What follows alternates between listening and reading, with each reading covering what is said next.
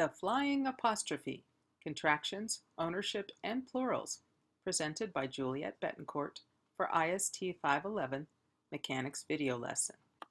Third graders love to use apostrophes after any word that ends with S. Unfortunately, most words that do end in S don't fall into the three major categories that require an apostrophe. This lesson will review how to use the apostrophe to show ownership, to alert people that words or letters are missing, and to help with pesky single letters that wouldn't make sense without the help of an apostrophe, that super punctuation. Is it a comma? No, it's the airborne flying apostrophe. Having learned about the comma and apostrophe in second grade, you might call an apostrophe a comma, or even write it on the line instead of hanging it in the air between letters. Use the flying apostrophe pose, which looks like a bird in flight or a superhero, to serve as a physical reminder that an apostrophe hangs in the air. An apostrophe links a noun with another noun that is often the next word in the sentence. The apostrophe links those two words to show ownership. In the picture, the dog's nose has a shiny white spot.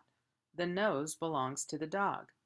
If there is a plural noun, the three animals, then the apostrophe goes after the S. When a mouse becomes two mice as an irregular plural, add the apostrophe after the word and follow it with an S. An apostrophe shows readers that two words have been squeezed together to create a contraction. Examples of contractions are didn't, don't, and can't. In each of these words, the apostrophe replaces the letter O in the word not. For the contraction I'm, the apostrophe replaces the letter A when the two words are squeezed together.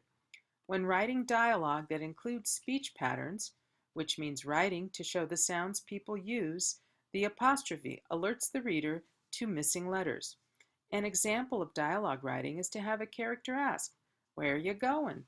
What's he doing?" so the reader doesn't pronounce the final G sound in the words. And editors aren't tempted to correct the spelling. The apostrophe in the word or in songs replaces the letter V to create a one-syllable word, and the apostrophe in regular replaces the letter U, so it becomes a two-syllable word. This strategy is used in songwriting and poetry. The apostrophe is also used when talking about single letters. Students love to spell the word Mississippi because it is long, 11 letters, but has many repeated letters. If we didn't use the apostrophe in the sentence, it would read, Mississippi has 4 is and 4 s, but only 2 ps. Since we are counting the number of individual or single letters, we use the apostrophe to read the sentence correctly. Mississippi has 4 i's and 4 s's, but only 2 p's.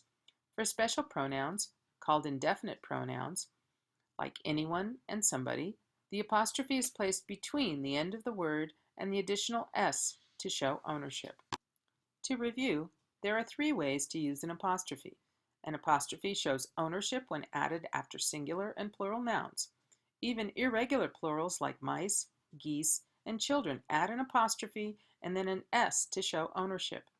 Apostrophes replace missing letters when contractions are formed, as in I'm tired. Apostrophes also signify that letters are missing from a normal spelling due to dialogue or special pronunciation.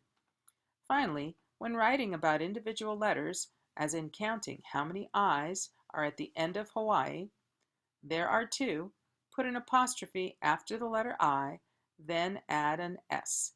The flying apostrophe has lots of important jobs and is one of the toughest punctuation marks to learn. Remember to use the flying apostrophe.